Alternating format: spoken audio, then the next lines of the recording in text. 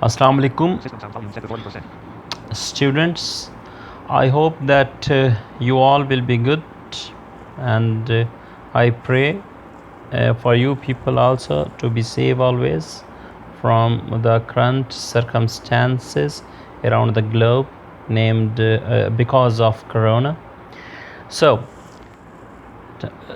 today we are going to discuss about we're going to start instead our lecture number 2, and it is from chapter number 1. The topic that we are going to discuss today is 1.2, and the name of this topic is disability, impairment and handicap. Very important, very interesting and very basics. ये तीनों हमारी special education की foundation है. एक special education teacher के लिए बहुत important है इन 3 कॉन्सेप्ट को समझना, इन 3 टॉपिक्स को अंडरस्टैंड करना.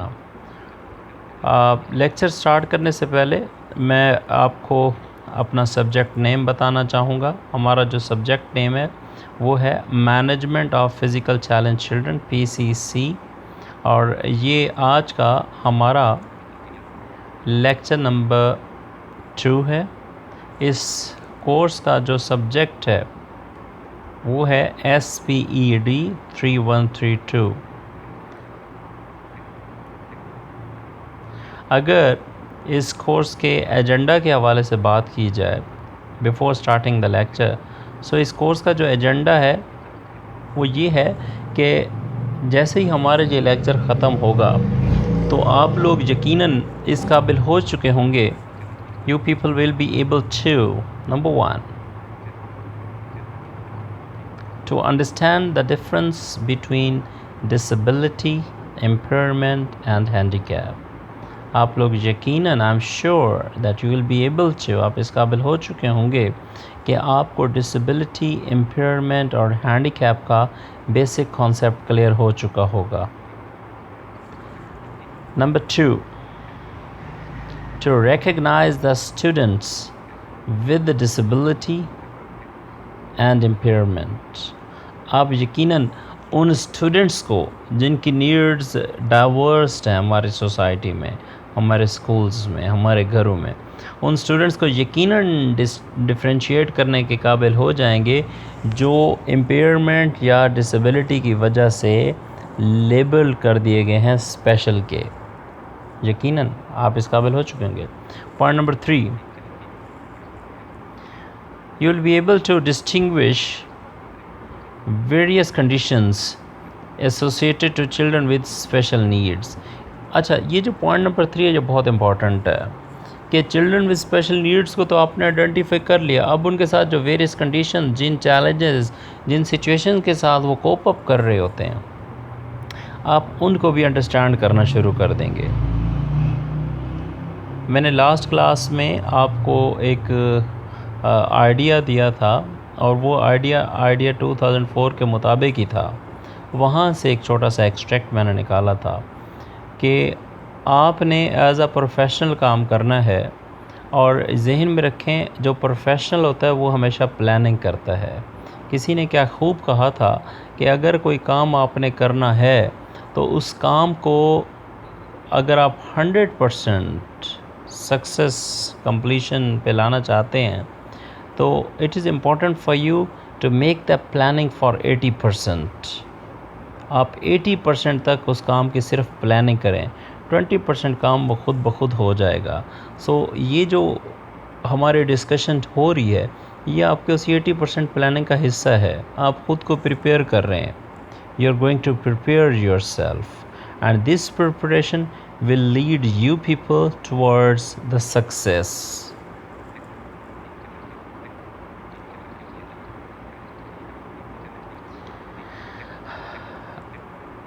अब हम ज़रा बात करते हैं अपने इस स्लाइड के मुताबिक इंट्रोडक्शन की.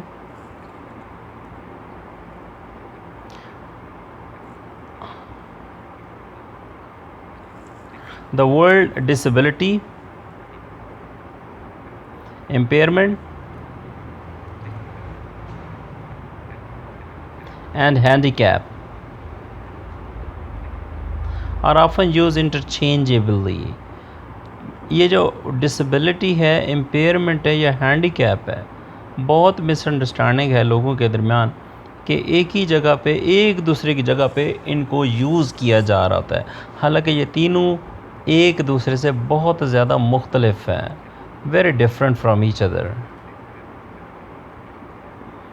इनके मीनिंग बिल्कुल डिफरेंट है। और स्पेशल एजुकेशन प्रोफेशनल के लिए it is very important for special education professional to understand the meanings so that he will be able to understand the neurological effects or injury on development. Special education professional के लिए बहुत important है कि वो इन meanings को understand करे, क्योंकि वो जब इन मीनिंग को अंडरस्टैंड करेगा तो उसके लिए बहुत आसान हो जाएगा कि वो न्यूरोलॉजिकल इंजरी जो कि बच्चे की डेवलपमेंट पे असरअंदाज हो रही है उसको बहुत अच्छे तरीके से अंडरस्टैंड कर लेगा। यहाँ पे मैं आपको एक छोटी सी टर्म साइकोसोमैटिक डिसऑर्डर्स के हवाले से भी बताना चाहूँगा। साइकोसोमैटिक डिसऑर्डर्स एक ऐसी टर्म है कि जिसमें जो बच्चे की जो मेंटल कंडीशन है वो बच्चे की बॉडी पे इफ़ेक्ट करती है। ये जब न्यूरोलॉजिकल मैंने इंजरी की बात की तो वो चूँकि डिसऑर्डर्स में आ जाता है ब्रेन, तो थोड़ी सी एसोसिएशन है, अगर हम उसको चेंज कर दें इंजरी की वजह से तो वो फिर इफ़ेक्ट करती है बच्चे के बॉडीली फंक्शंस पे।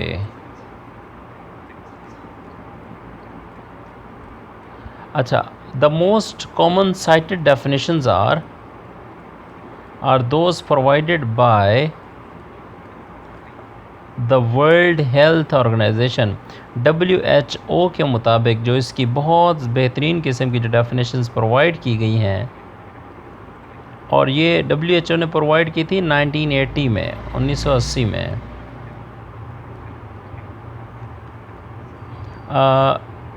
इंटरनेशनल क्लासिफिकेशन ऑफ इम्पेयरमेंट्स, इसमें disabilities and handicap, international classification of impairments, disability and handicap में WHO की डेफिनेशन है जो इन्होंने 1980 में बताई थी। अच्छा, अब इम्पेयरमेंट की डेफिनेशन जो WHO 1980 के मुताबिक इन्होंने बताई थी, हम पहले इम्पेयरमेंट की डेफिनेशन को डिस्कस कर लेते हैं। Number 1, any loss or abnormality of psychological, physiological and anatomical structure और function। ये WHO की 1 लाइन डेफिनेशन है और काफ़ी आसान है, इजी टू अंडरस्टैंड है। कोई ऐसा लॉस, कोई ऐसा नुकसान या कोई ऐसी एबनॉर्मेलिटी जो कि साइकोलॉजिकल भी हो, जिस्मानी तौर पे फिजियोलॉजिकल भी हो, एनाटॉमिकल स्ट्रक्चर या जिस्मानी बनावट में भी हो, या उसके फंक्शन से रिलेटेड हो, वो इम्पेयरमेंट है। अच्छा, यहाँ पे मैं अगर एक अपनी डेफिनेशन छोटी सी आप लोगों के साथ डिस्कस करूं, जिसको पर्सनली इम्पेयरमेंट को मैं किस नज़र से देखता हूं, वो है डेफिनेशन नंबर 2, और वो है deficiency leading to disability is called impairment. कोई ऐसी डेफिशिएंसी, कोई ऐसी रुकावट, कोई ऐसा प्रॉब्लम, कोई ऐसे हिंड्रेंस जो कि लीड करती है, लेके जाती है डिसेबिलिटी की जानिब, यानी कि काम करने से रोकती है, नॉर्मल फंक्शनिंग करने से आपका नुकसान हो जाता है, नॉर्मल फंक्शनिंग करना आपके लिए मुश्किल होता है। किसकी वजह से? इम्पेयरमेंट की वजह से। तो ये हमारे पास इम्पेयरमेंट की एक सेकंड डेफिनेशन है।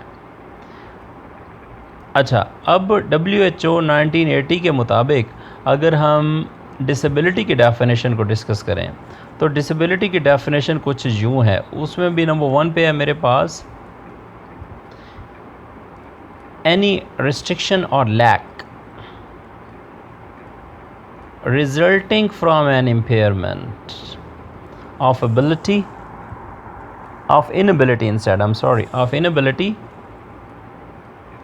to perform an activity in the manner or within the range considered normal for a human being. कि ऐसी रिस्ट्रिक्शन या कमी जो कि इम्पेयरमेंट की वजह से हो और उसकी वजह से आप कोई भी काम ना कर सकते हो, कोई काम परफॉर्म नहीं कर सकते हो, और ये वो काम होता है जो कि नॉर्मल समझा जाता है किसी भी इंसान के लिए। ये है इम्पेयरमेंट। यहाँ पे मैं छोटी सी एग्ज़ाम्पल भी आपको दे दूँ ताकि आपको कॉन्सेप्ट क्लियर हो जाए। एग्ज़ाम्पल ये, फॉर एग्ज़ाम्पल कि आप अपने राइट हैंड में पेन पकड़ के लिखना शुरू करते हैं, नॉर्मल काम है, छोटा सा है, लेकिन यही काम अगर किसी फ़िज़िकली इम्पेयर्ड बच्चे को दिया जाए तो उसके लिए वो फ़िज़िकल इम्पेयरमेंट, फ़िज़िकल डिसेबिलिटी बन जाएगी, because he can not grip the pen. Very simple example. और ये तो हमने WHO की डेफिनेशन डिस्कस की। अगर पर्सनल मैं अपनी एक डेफिनेशन आपके साथ 1 लाइन डेफिनेशन शेयर करूं, ये वही है जो मैंने 1.1 के दौरान भी आपके साथ शेयर की थी, और अब दोबारा यहाँ पे भी आपके साथ ज़रूर शेयर करना चाहूँगा ताकि आपका जो नॉलेज है वो कॉन्क्रीट नॉलेज में कन्वर्ट हो जाए। ये है loss of function due to impairment is called disability. कि कोई भी ऐसा फंक्शन का लॉस जो कि इम्पेयरमेंट की वजह से होता है वो होता है वो डिसेबिलिटी कहलाता है। पर इम्पेयरमेंट परमानेंट है, it can not be changed. लेकिन उस इम्पेयरमेंट की वजह से जब किसी बच्चे को कोई काम करने का कहा जाता है, he can say sir I am disable, I have the disability, mean function उसका लॉस हो जाता है, फंक्शनल लॉस हो जाता है। इम्पेयरमेंट की वजह से वो किसी काम को सही तरीके से या प्रॉपरली नहीं कर सकता। अच्छा, तीसरा जो कॉन्सेप्ट है वो हैंडीकैप है, और हम WHO 1980 के रेफरेंस के साथ इसकी भी डेफिनेशन देखेंगे कि वो हैंडीकैप की डेफिनेशन को WHO वर्ल्ड हेल्थ ऑर्गेनाइजेशन किस नज़र से देखते हैं। A disadvantage for a given individual that limits or prevents the fulfillment of a role that is normal। Handicap क्या है? एक डिसएडवांटेज है जो किसी भी इंडिविजुअल को लिमिट करता है, रिस्ट्रिक्ट करता है, बाउंड करता है, रोकता है। किस चीज़ में? कोई ऐसा रोल अदा करने में जो कि नॉर्मली अदा किया जा सकता है। ये तो WHO ने कहा। और अगर पर्सनली मैं अपनी एक डेफिनेशन के हवाले से बात करूं तो वो क्या है, सुनेंगे ज़रा गौर से डेफिनेशन, अपनी थोड़ी अटेंशन देंगे। It is a temporary condition which restricts a person to do anything socially, emotionally and physically। Handicap क्या है? एक परमानेंट कंडीशन नहीं है। हैंडीकैप एक टेम्परेरी कंडीशन है, आर्जी कंडीशन है, जो कि हमें रोकती है किसी भी काम को परफॉर्म करने में, चाहे वो सोशली हो, चाहे वो इमोशनली हो, चाहे वो फिज़िकली हो। यहाँ पे मैं आपको एक और भी छोटी सी एग्जांपल देना चाहूँगा। Handicap is the world which is not, ऐसे कॉन्सेप्ट क्लियर करेंगे।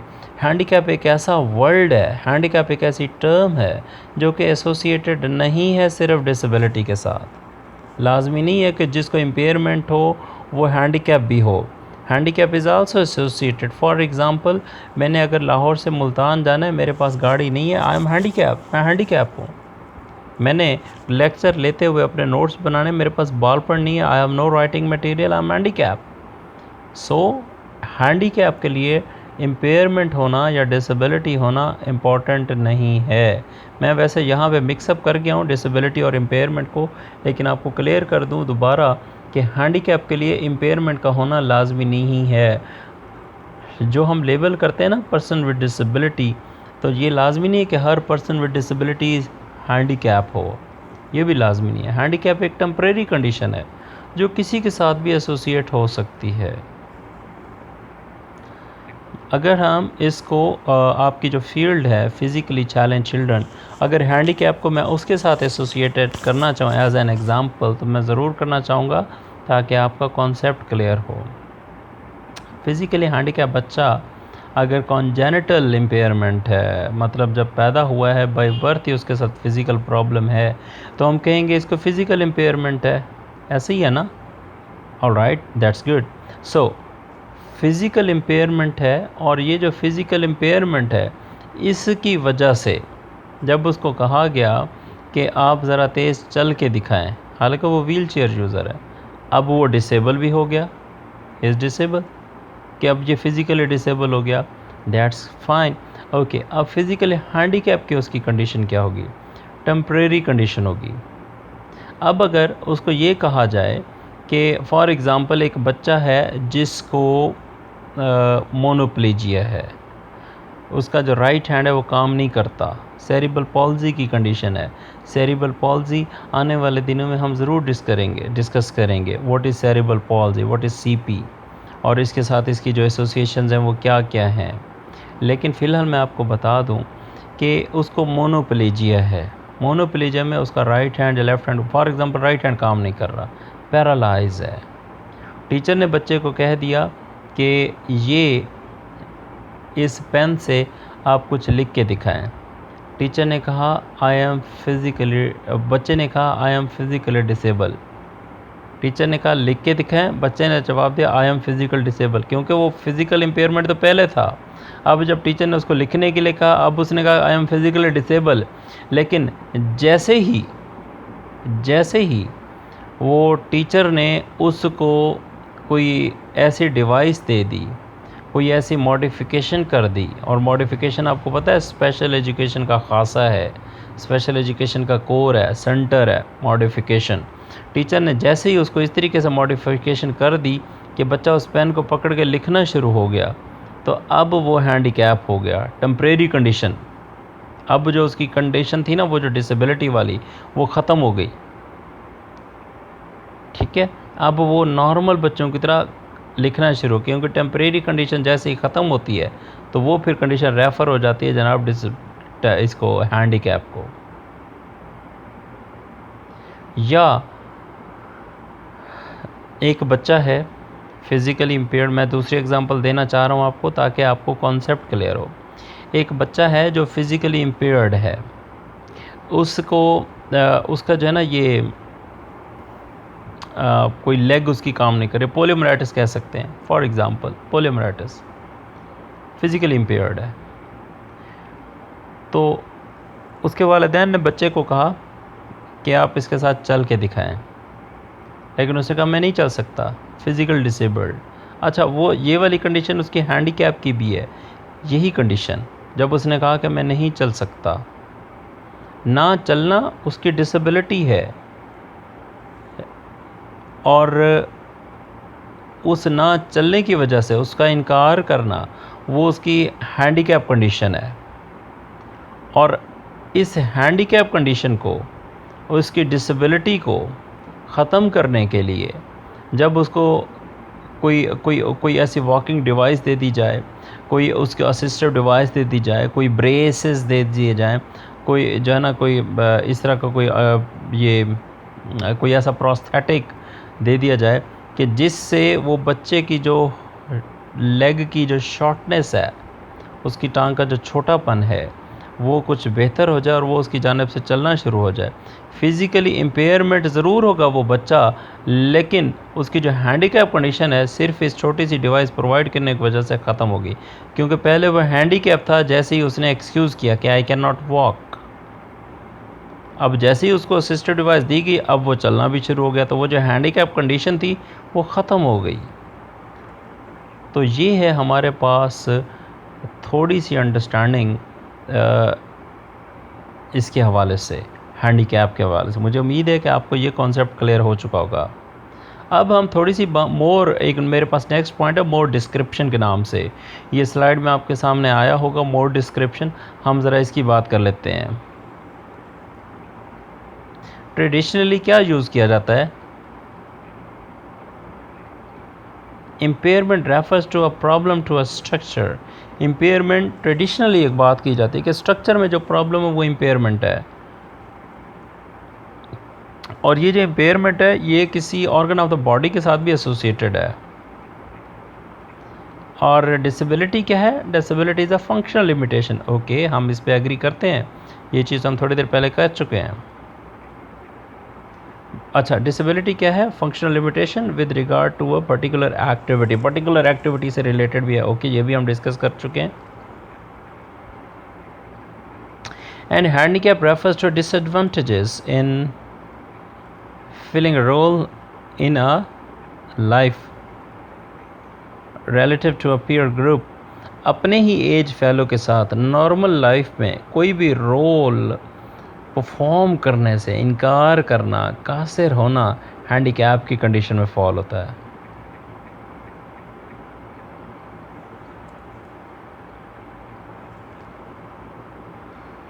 अच्छा, यहाँ पे एक एग्जांपल, अगला पॉइंट है जी, एग्जांपल्स दी गई हैं मैंने, जिसमें इम्पेयरमेंट है, डिसेबिलिटी है और हैंडीकैप। यहाँ पे एग्जांपल है सीपी की, सेरेब्रल पॉल्जी की।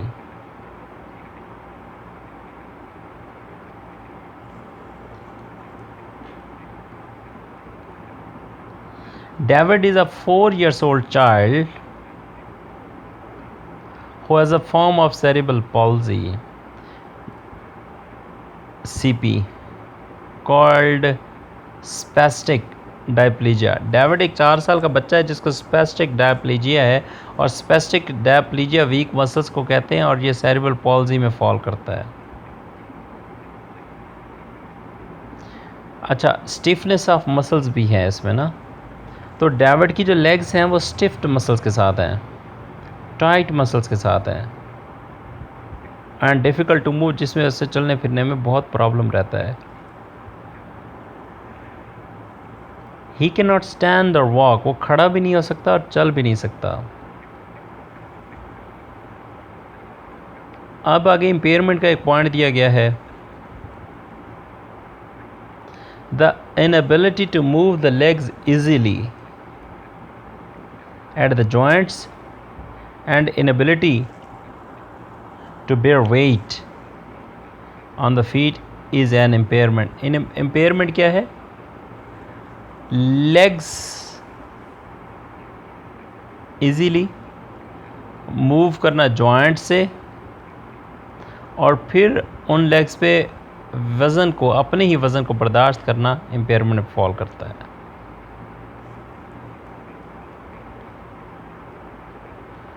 विदाउट ऑर्थोटिक्स या सर्जरी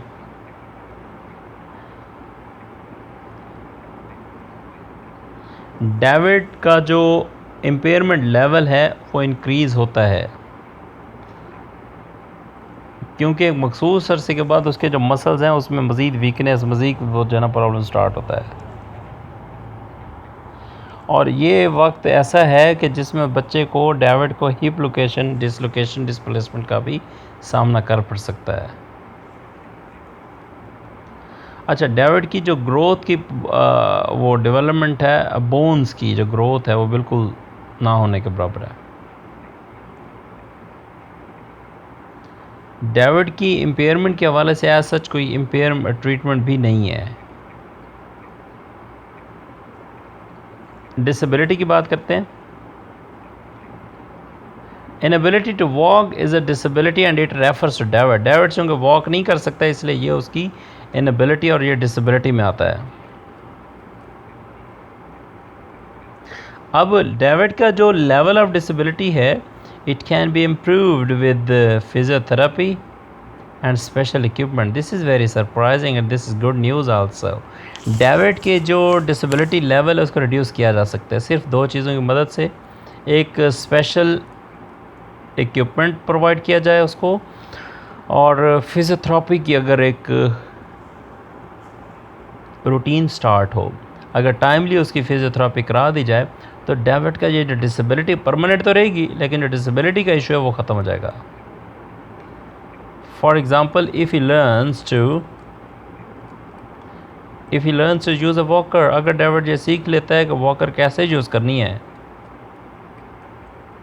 विद ब्रेसेस, बिसाखियों के साथ, तो उसका जो लेवल ऑफ डिसेबिलिटी है ये बतदरीज बेहतर होगा, बहुत ज़बरदस्त हो जाएगा। हैंडीकैप की बात करते हैं।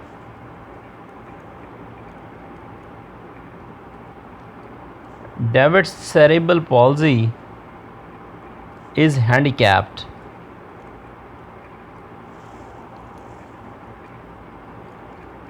to the extent that it prevents him to fulfilling a normal role at home, कि डेविड की जो इम्पेयरमेंट है वो उसको नॉर्मल कोई काम करने से भी घर पे रोकती है।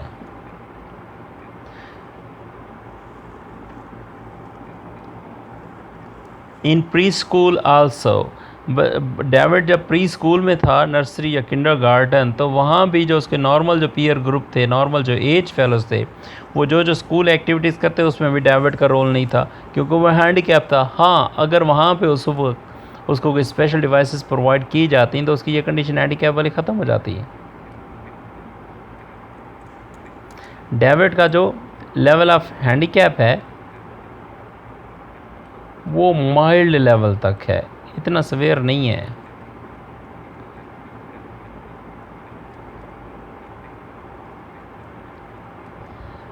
लेकिन उसके बावजूद डेविड को फैमिली की जाने से बहुत अच्छी तरह सपोर्ट किया जाता है कि वो अपने नॉर्मल पीयर ग्रुप के साथ एडजस्ट हो, खेले, और ये बहुत पॉजिटिव साइन है। और ये इसलिए भी किया जाता है ताकि David could interact normally with the family, ताकि वो अपनी फैमिली के साथ बिल्कुल नॉर्मल तरीके से इंटरेक्शन हासिल कर सके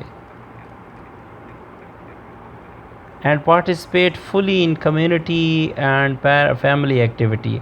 बहुत अच्छे तरीके से डेविड को पार्टिसिपेट करना चाहिए फैमिली में भी और सोसाइटी में भी। इस तरह उसकी जो हैंडीकैप कंडीशन है वो ये ख़त्म करने की बात हो रही है ना, सादा लफ्ज़ों में। एज ही गेट्स ओल्डर, जैसे ही वो बड़ा होता है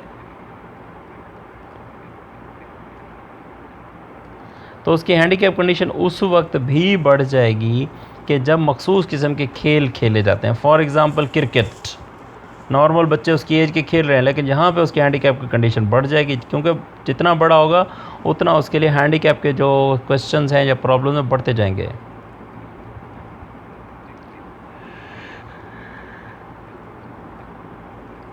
he has a little handicap, वो अपने स्कूल का जो प्री स्कूल क्लासरूम था उसमें बहुत कम वो हैंडीकैप था। इसका मतलब ये है कि वो नर्सरी या किंडरगार्टन में अपने प्री स्कूल्स में बहुत खुला डुला और बढ़ चढ़ के हिस्सा लेता था।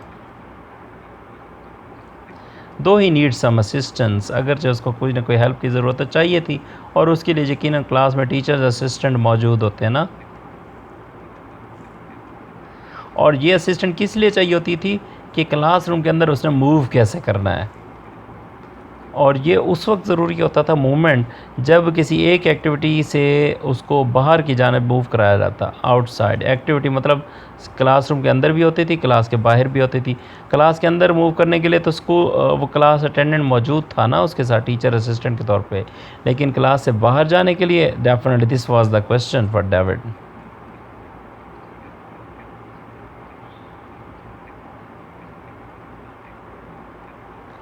डेविड चूँकि सेरेब्रल पॉल्जी का शिकार एक बच्चा था 4 ईयर्स एज के साथ, तो प्री स्कूलिंग की बात इसलिए बार बार आती है, तो उसमें जो अप्रोप्रिएट सर्विसेज हैं या अप्रोप्रिएट डिवाइसेस हैं वो डेविड को एहसास भी नहीं होने देती that he is the child with physical disability.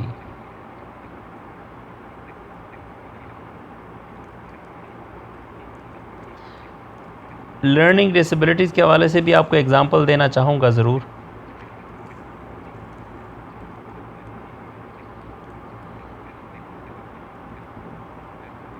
सिंडी एक 8 साल की एक बच्ची है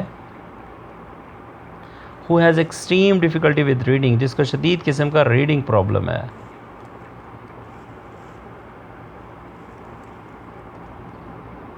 अच्छा, ये रीडिंग प्रॉब्लम को हम डिसलेक्सिया कहते हैं, DYSLUXIA। She has good vision and hearing and scores well. Cindy की जो हेयरिंग या विजन है वो बहुत एक्सीलेंट है, और जब सिंडी का इंटेलिजेंस टेस्ट लिया जाता है she scores very well, it means she is much intelligent. यहाँ पे आपको एक और चीज़ भी बताना चाहूँगा कि इंटेलिजेंस का ताल्लुक डिसेबिलिटी से बिल्कुल नहीं है।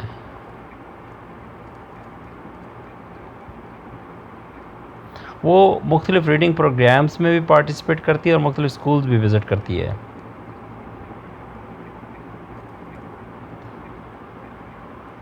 अच्छा, फिर यहाँ पे मज़ीद इम्पेयरमेंट की एक पॉइंट है, ये सिंडी के हवाले से यकीनन होगा।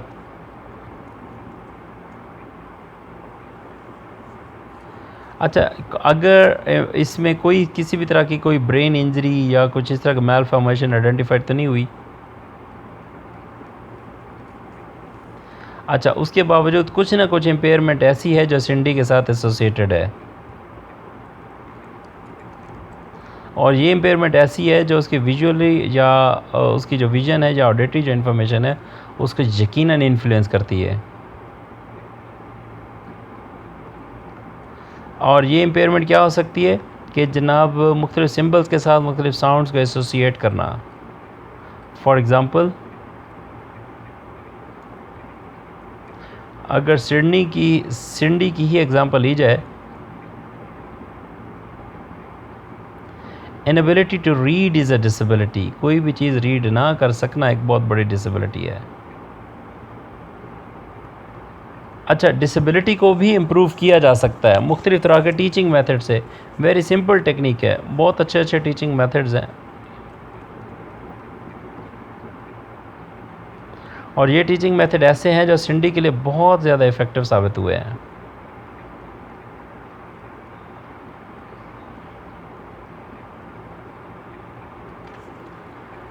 तो ये जो मेथड ऑफ टीचिंग है ये टीचर्स के लिए एक ब्लेसिंग है। इसमें इन टीचिंग मेथड्स में साउंड डिस्क्रिमिनेशन भी है, बच्चे की लर्निंग भी है, स्किल्स एडाप्टेशन भी है, और यहाँ पे ये भी है कि अगर लेटर्स की जो लर्निंग साउंड है वो इफ़ेक्ट करती है तो इसमें एक साइट रीडिंग अप्रोच जो टेक्निक है ये उसका जो रीडिंग लेवल है उसको इम्प्रूव कर देता है। फिर सिंडी के हवाले से हैंडीकैप की बात की गई है। सिंडी जो है ना बज़ाते खुद एक हैंडीकैप है।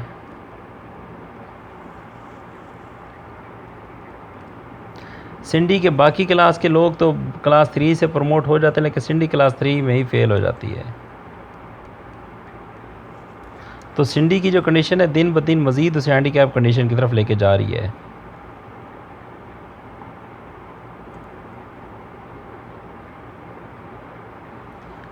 तो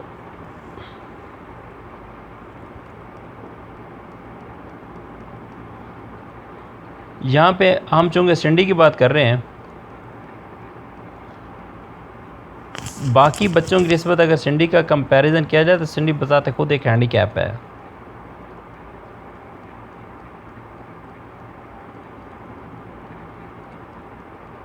सिंडी जितनी बड़ी होती जाती है उसकी कंडीशन उतनी ही ख़तरनाक होती जाती है, डेंजरस होती जाती है।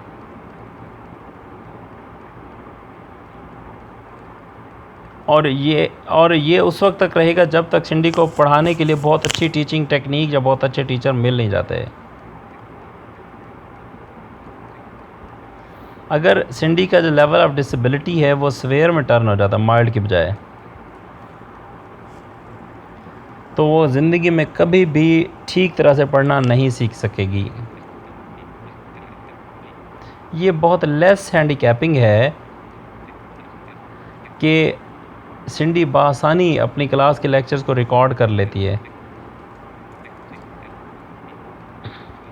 और फिर बुक्स की रीडिंग भी कर लेती है ऑडियो टेप्स पे ज़रिए।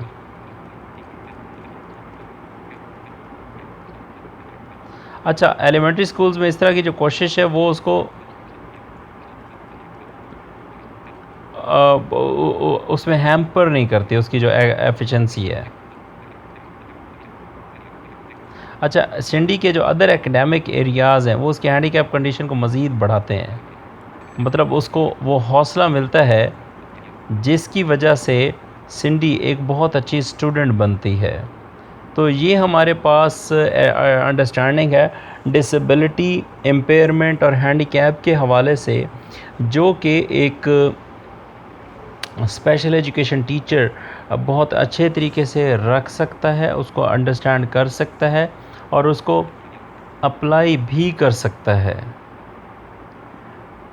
टीचर जब इसको अप्लाई करेगा क्लास में तो टीचर के लिए बहुत आसान हो जाएगा कि वो अपने स्टूडेंट को बहुत अच्छे तरीके से गाइड करे, बहुत अच्छे तरीके से अपने स्टूडेंट की रहनुमाई करे, क्योंकि टीचर अपने बच्चे की जो फ़िज़िकल कंडीशन है उसको देख करके बहुत अच्छा फ़ैसला ले सकता है। हमने इसमें डेविड और सिंडी के एग्ज़ाम्पल से अपने इन कॉन्सेप्ट्स को क्लियर भी किया और आइडिया इसके WHO वर्ल्ड हेल्थ ऑर्गेनाइजेशन की जो 1980s की जो डेफिनेशंस थी डिसेबिलिटी, इम्पेयरमेंट और हैंडीकैप, उसके हवाले से भी हमने बहुत अच्छी डिस्कशन की। मुझे उम्मीद है कि आपके लिए आज का लेक्चर बेनिफिशियल होगा। अपना बहुत ख्याल रखिएगा। If you have any question you can ask me. Thank you very much. 23 full. Select with two fingers to unlock the screen. Device unlocked. Voice recorder. Save your report.